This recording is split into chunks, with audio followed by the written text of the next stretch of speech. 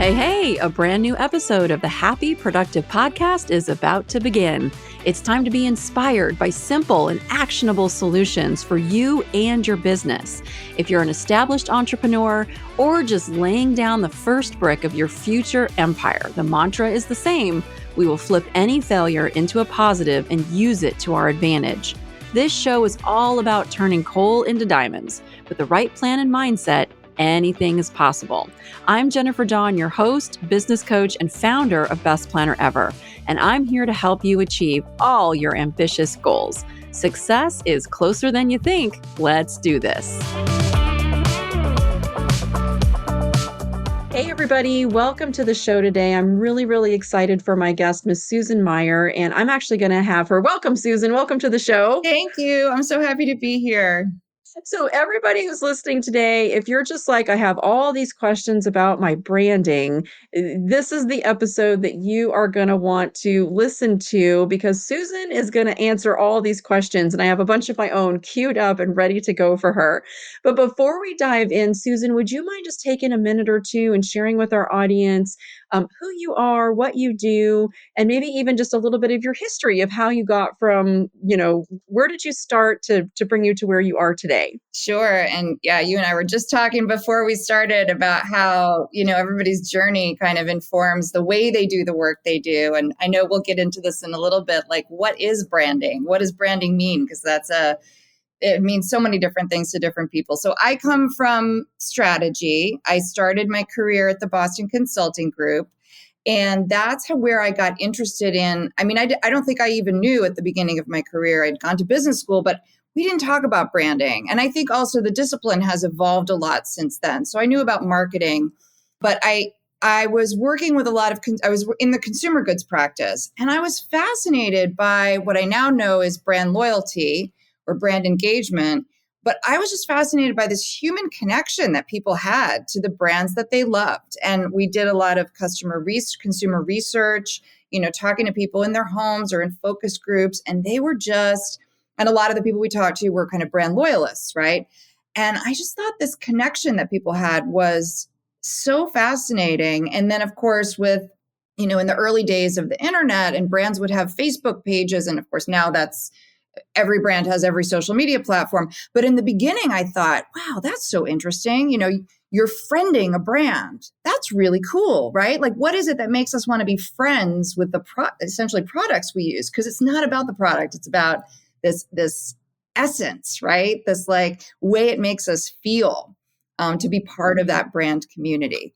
So I started my career as a management consultant doing general strategy, got interested in branding. And then I left BCG and I worked for a series of, boutique consulting firms, partly because I'm an artist. I still practice making art. I have a studio practice, and that's always been kind of a sideline for me. But I studied art in undergrad. And so I jumped into this world of business kind of through that lens.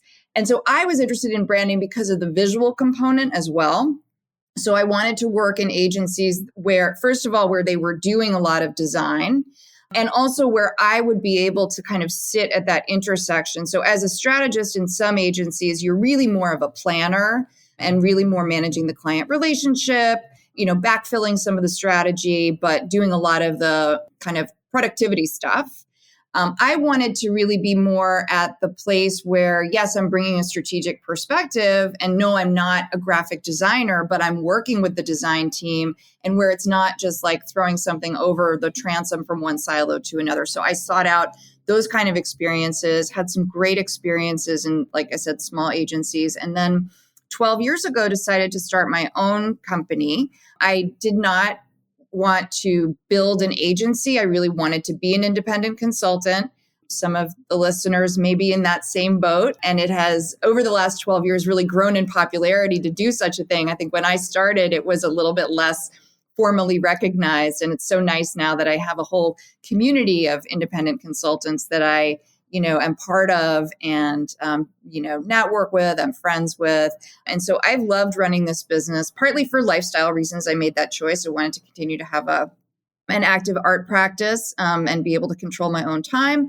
And I also have children. And so that made it, for me, a really good choice in the way that I do it. And from a business perspective, I've had the opportunity to really choose the kind of clients that I work with. So I started doing coaching work about 3 years ago. But before that, the entirety of my business was working with larger companies, large and mid-sized companies. And I still do some of that, helping them with their brand strategy. And then what started to happen was that, friends or friends of friends would come to me and say, I have this small business, or even, I'm writing my resume, I'm getting back into the workforce. Can you help me? And the light bulb that went off was that the notion of creating a brand applies. And of course, also on social media, now everybody knows everybody's a brand. Every teenager is a brand, right? So Right. the idea, which sometimes feels a little icky to me, for lack of a better word, but the idea that we all have a story to tell is actually, I think, very beautiful. And in the same way that you tell a story about your company, you can also tell a story about yourself. And that story that you tell about your, the Coca-Cola as a brand versus your small business versus your own life history, it's all the same like skill set to create that story. And the way that you tell the story and what makes for a good story, the principles are the same. So that's kind of where I'm at now, is I have a portion of my business where I help individuals and small businesses, and a portion of my business where I continue to help larger companies. Oh, I love this so much. You said something really important about branding is not marketing. And so, just for everybody's clarity, because I think that the lines are very unclear where people misinterpret, what is branding and what is marketing. So, would you mind just kind of giving everybody a little bit of clarification on when we're talking about branding and how that's different from marketing? Sure. It's confusing. Language is confusing, right? Like because people use things interchangeably. And, I'm going to give you the way that I define the terms, but different people do still define the terms differently. But I think what we can all agree on is that marketing is a very big umbrella, and branding is a thing that sits underneath that umbrella. And the other thing I think that people universally agree on is that, and the way that I describe it, is that branding is kind of the content piece. It's the, what is it that we should be saying and why? How should we be? So there is a big strategy piece of that. Like, what is your position in your marketplace? How are you different from other people? What makes you special and unique? And what are the kind of proof points that you can point to that, so people understand, oh yeah, I believe that. Oh, I see why that person or that company is different. All of that becomes an input to something like advertising or a social media strategy, which I think of as more like distribution, right? Like, how do you Mhm. get your message out there is a whole very important kind of discipline, but that's not what branding per se is. Now, of course, a lot of large agencies do all of that, and they kind of come from one end to the other. But I personally have focused, and there are plenty of agencies that really focus on that upfront piece, the kind of who are you, what do you want to say about yourself, and how are you going to say that in a way that best connects with your audience.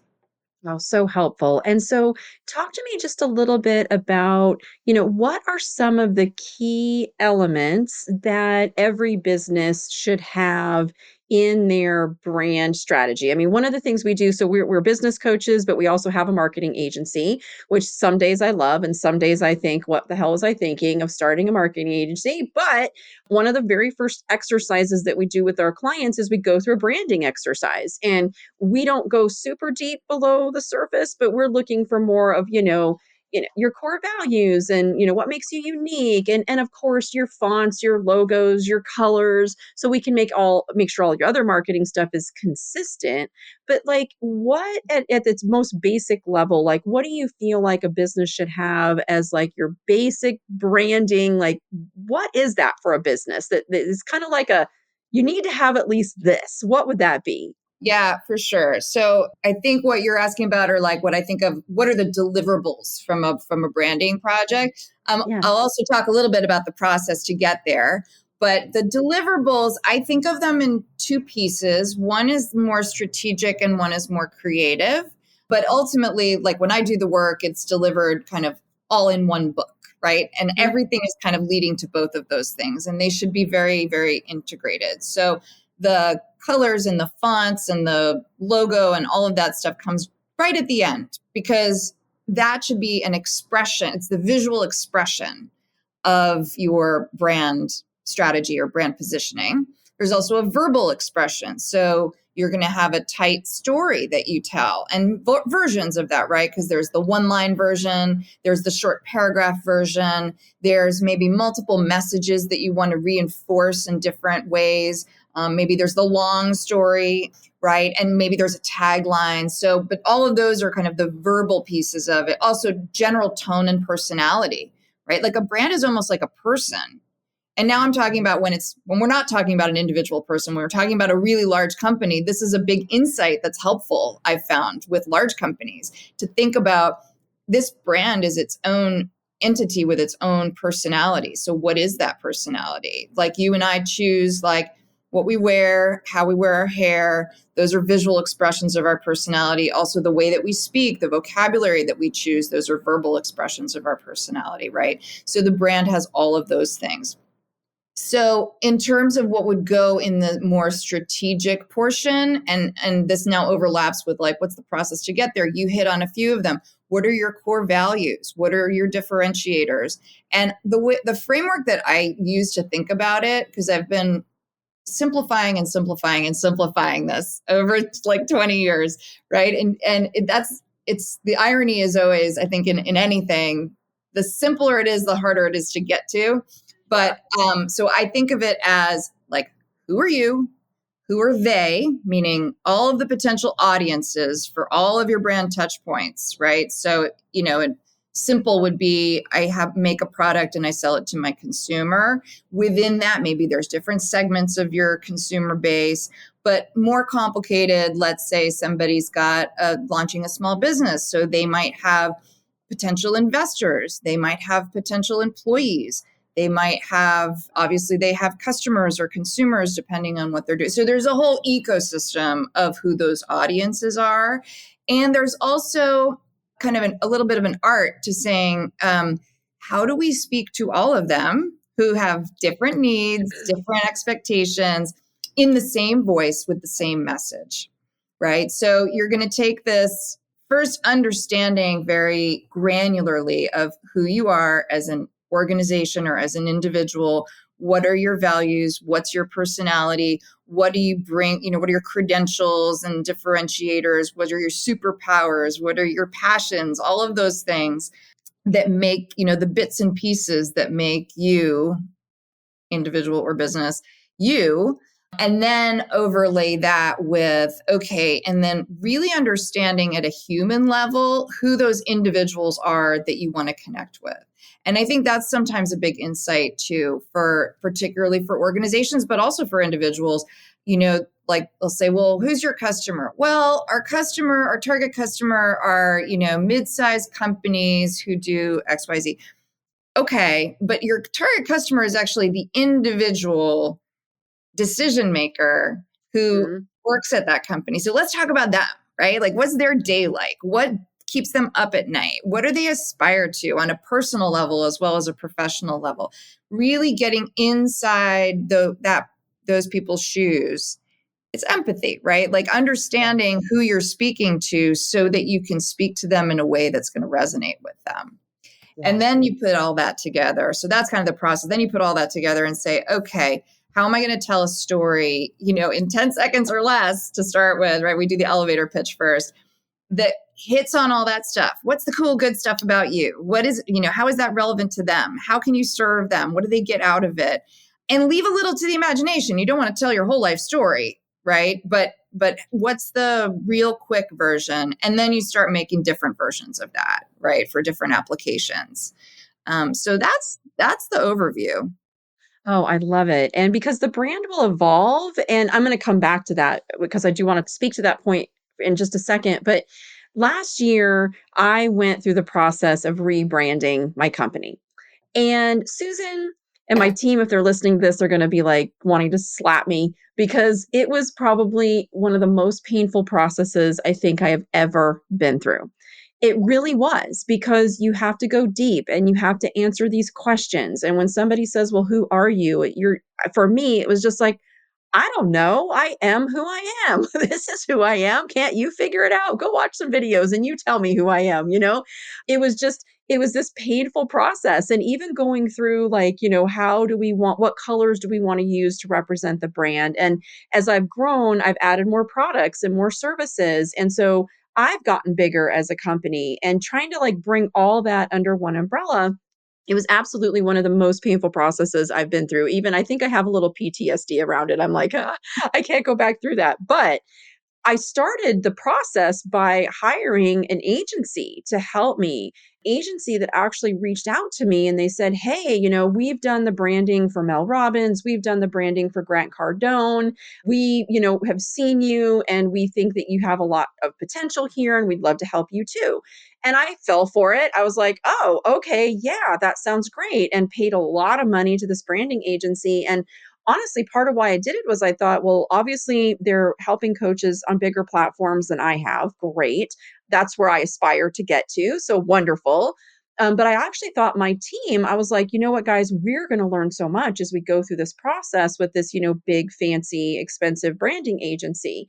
And they were absolutely horrible. They were horrible. And they didn't do anything for us. The owner, he pitched me one idea, which sucked. I was like, what? And then it became this argument of, because I didn't like the idea that he pitched, and very arrogant and talking down to me, and they never delivered anything. I ended up letting them go, getting some of my money back. I share this with you guys because if you've been down this road, if you tried to work with an agency, if it didn't work, it doesn't mean that it's not a good idea, that you don't want to develop your brand. You do, but make sure that you're partnering with the right people who can help you to go through this process, because what Susan's talking about, like, these are big concepts, these are big questions.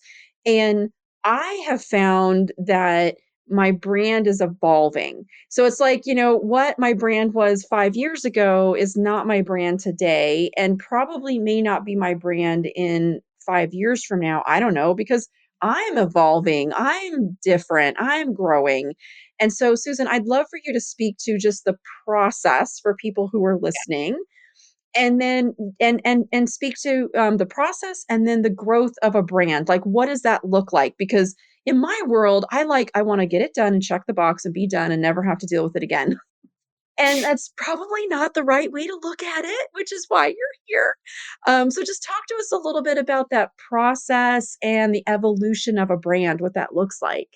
Sure. I'm sorry you had that experience. And I'm sorry to tell you, it's not the first time I've heard people tell me that story. I'm sure. Yeah. I think, baseline, the first thing you said is just a truth. It's a painful process to rebrand. It's actually much easier and more fun when you're just like starting a new company and you have a fresh slate, right? Yeah.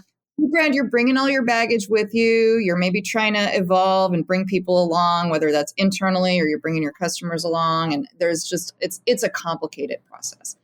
What I heard you describe in terms of the agency that you worked with is what I would call like a really old-fashioned Mad Men era advertising model. And, people used to do that more universally. Apparently people still do that, where they come in and it's like, we're here to put on a show. Here's the big idea. Don't you love it? Right. We're done. Right. Yeah. And I think so, if I have advice for your listeners, right, about, you're embarking on this journey and what to look for in a partner or an agency. Well, first of all, you use the word partner, and I think that's very important. Just ask those questions, like, what's their process? You don't need them to give you a 20-page deck with like all the details of the process, but you can gauge in a short conversation whether they have a collaborative process or whether they have like what I call the ta-da process. You want a collaborative process. First of all, you want to be part of it all the way along, part of building it. You also want your team to be part of it, particularly if it's a larger team or a larger company or it's a rebrand or a new direction. You want everybody involved, key stakeholders from within your organization, so that you don't get to the end and your organization says, I hate this. Who did this? Why is this being pushed down our throats? Right. So the process should have elements of, you don't need every single cook in the kitchen, but elements of there's going to be a team workshop. We're going to do these exercises with the team to, sort of draw out their perspectives. Then we're going to get some outside perspectives from your customers to understand what they think. So it's not just coming from inside the genius head of your branding person. In fact, that is the very end of the process. The genius that they're bringing is kind of putting all the pieces together, but they should be gathering inputs from inside your organization, from your loyal customers, from customers you've lost maybe, or people who don't like your brand, figuring out like where you sit in the world and accumulating that data, if you will. I mean, it's not quantitative. Some people also do a quantitative process. It's not something I do, but that's also nice. But gathering, whether it's qualitative or quantitative data, that's like, what is the reason that you're doing this? And then the artistry of, okay, well, how do we put that together in a really cool, fresh way that, your brand has a unique voice, your brand has a unique visual identity. So that I think is the thing to look for. What is their process? How collaborative is it? Not just, what fancy brands do you have in your portfolio? Hmm. And then talk to me a little bit about like the evolution of a brand. Like, is this something that you do at once? Is this something you do every 5 years? Like, or maybe there's no rules on that. Like, what does that look like as a brand evolves? Like, how often should we as business owners be revisiting our brand? It's not, I mean, it would be nice if there were a rule like it needs to be every 3 years, paint your walls every 3 years, brush your teeth every day. But it is a little bit like those things, right? Like it's maintenance. Wouldn't it be nice if we could just paint our house once and be done? But entropy, it doesn't work like that. Like things Yep. fall apart and in a more positive sense, like things evolve, like things grow. And so if you're attuned, if you're a kind of a mindful leader and you're doing a good job running your business, you'll know when it's time for a refresh. And some of the signs are, like the world has changed fundamentally in either like the whole world, as we've just experienced, or in my marketplace, something big has changed. Or you're seeing either big growth or a drop off in your business. Those are signs that it's time to like look back, refresh your brand. Maybe your organization has grown in size, like the number of people. So I get a lot of my clients tend to be at this, well, there's a couple of, big changes of growth. One of them is kind of like, we've been humming along with like 20 or less employees for a long time. And now we either just experienced a lot of growth or got, raised a bunch of money and we're taking it to the next level and everything's shaken up internally. And also it was easy to like everybody who worked here up until now just had an intuitive feeling for the brand. So we don't have anything written down and we're going to lose control of that. So let's like write it down the way it is. Then there's also the like next phase where like, we're preparing to go public pretty soon. We've done really well and we want to have everything like our house in order and have everything really tidy. So anyway, so there's like what's happening inside your company. You'll know kind of there's signs that this is a good time to think back at my brand. But yeah, it is a life's work. You are never done with the process. And but on the other hand, like none of the work that you're doing now is going to get tossed in the garbage. That's called brand equity, right? You want to protect your brand equity. So the stuff that you have now, you're going to evolve and refresh, but the work is not lost. It's part of your history. It's part of your brand.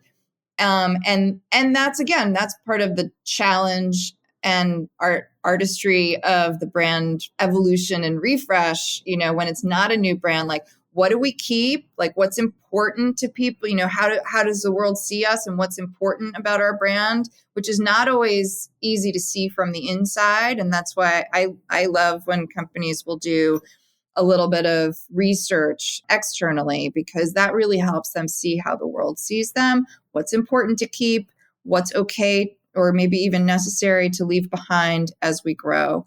And again, that's strategic. It's, language, it's visuals, all of that, it goes into that process. Oh, I love that. And so What would you recommend if you're a business owner and you're listening to this show? Like, I'm even listening to it going, oh, maybe I should look at my brand again, which I'm not going to do. I'm not going to do because it's going to sideline me until maybe Q4. Like, okay, I'll look at it again, but you're getting me excited, Susan, about just looking at the whole thing again. But if you're listening and you're getting excited about your brand and maybe looking at it, or maybe doing some actual branding work, maybe you've never done it before, or even if you're starting a new business, like what would you recommend that people look for in an agency or a coach, a contractor? Like what would you look for when gauging, who's the right person, the right team to work on your brand? Yeah. Well, first of all, you can call me anytime. No, I think so. I think that I want to start with like things that aren't as important as you maybe think they are. Okay. So I think a lot of people think I need to work with somebody who really knows my industry, right? That knows like that only works in technology and they're an expert in that area.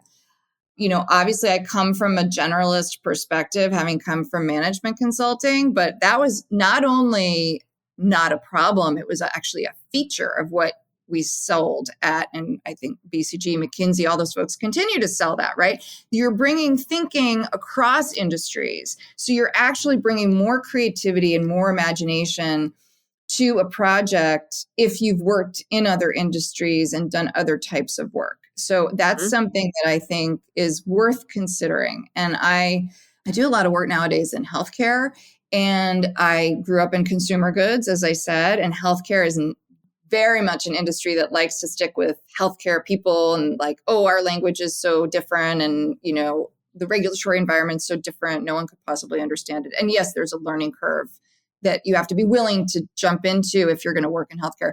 But when I started working in healthcare and brought like the norms and kind of style of working from consumer goods, they were super excited. It was able to add a ton of value because it was really a different way of working. And so it was fun for me. It was useful for them. So anyway, so that's my plug for, don't limit yourself to working with people who are already inside your industry. I think you already touched on another one. It's maybe not so important that you have like a celebrity that person has a celebrity portfolio. Talk to them one-on-one, meet the rest of their team, understand who's going to be working on your project. Is this person, if it's an independent consultant like me, then one of the reasons people work with independent consultants is because you meet me and I'm going to do the work. If you're Mhm. working with a larger agency, you need to be sure that you're connecting, that this is somebody that you like, that you think they're smart, that you like their style, their way of communicating, and that is actually going to be the person you work with. And if it's not, you need to make sure that you meet the whole team. And who's your point person? That's another good one. There needs to be a point person assigned to your project if you're working with a larger team. And that person should feel like, oh, this person could be my friend. I totally get this person and they get me. Because like anything else, you have a lot of choices, right? And you should choose the person that you are going to enjoy working with because they will understand you better and they will deliver better work. Yeah, so true. I will also share in my experience that company that said, hey, we're handling these big brands. And I've actually been like, I should just reach out to those coaches and say, are they really handling your brand? Because you guys, I have a lot of respect for you. And if this company is handling your brand, you might want to know this is what they're doing. But one of the things that happened in that experience was that the owner, he asked me, hey, what are some brands that you really like? And I shared some brands that I really like. And he always had something very negative to say. He was like, oh, that brand, here's all the things they're doing wrong. And, oh, that brand, and here's all the things they're doing wrong. And I was just like, you know what? When you're working with somebody who's just tearing everything down and then doesn't have any good ideas for you, that was a big red flag for me. And I just want to share that with you guys too. If you're That's working with somebody right now, right? And they are shaming you, they are making you feel bad, or if they are bad mouthing these other brands that are very successful brands, like that could be a red flag of something to pay attention to that maybe you're not working with the right company. Yeah. I want to also talk about that. That's a common thing. I see agencies, designers, all kinds of people do like, tell me what brands you like. I don't think that's very helpful. I think that it's much more helpful when someone comes in and, I mean, all the agencies I ever worked for, and I do it now, we'll do our own brand audit. It's our job to come show you, here's what's happening in the industry. And then we can come in with a point of view on what we think works well. We can gather your point of view on what you like there too, to get a directional feel. But just to dump that in your lap, I never feel good about that. And I've had it happen to me with designers as well. And I'm not sure. It doesn't feel right. Like, you're paying me, then I'm going to go do the work and, help you out a little bit, not go ask you to do the work. Right. Right. And also you mentioned something before about, they came in with like, here's the idea. Another thing to look out for. And when you ask about what the process is, again, every agency I ever worked with and what I do now, a good process starts with, here's 3 directions, right? That I am not sure how I would feel about anyone who didn't at least start with, here's some start points. Gather your reaction. That should be the first step, not jump directly to the answer. But here's 3 different options. Here's the reasons we chose those 3 different options. Here's what we think are the pros and cons of each of those options. But most importantly, what are you attracted to? What do you think as the client? And then, maybe there's a clear winner. Maybe the team is divided. Maybe you like some from one and some from another. And then it's the agency's job. It's my job to go back and kind of come up with, okay, so here, given your input, here's here's the direction we think we'd like to go. Do you like it? Okay, great. Maybe there's some refinements. So there's a process that brings people along where the agency is doing the heavy lifting of the work, but you're getting to collaborate and give some input and some direction. And it's it unfolds over time. Oh, that's so very helpful. And then could you just speak in a very, very general terms, time and money. People who are listening to this right now are thinking, how much money is it going to cost me to develop my brand? And how long is that process going to take?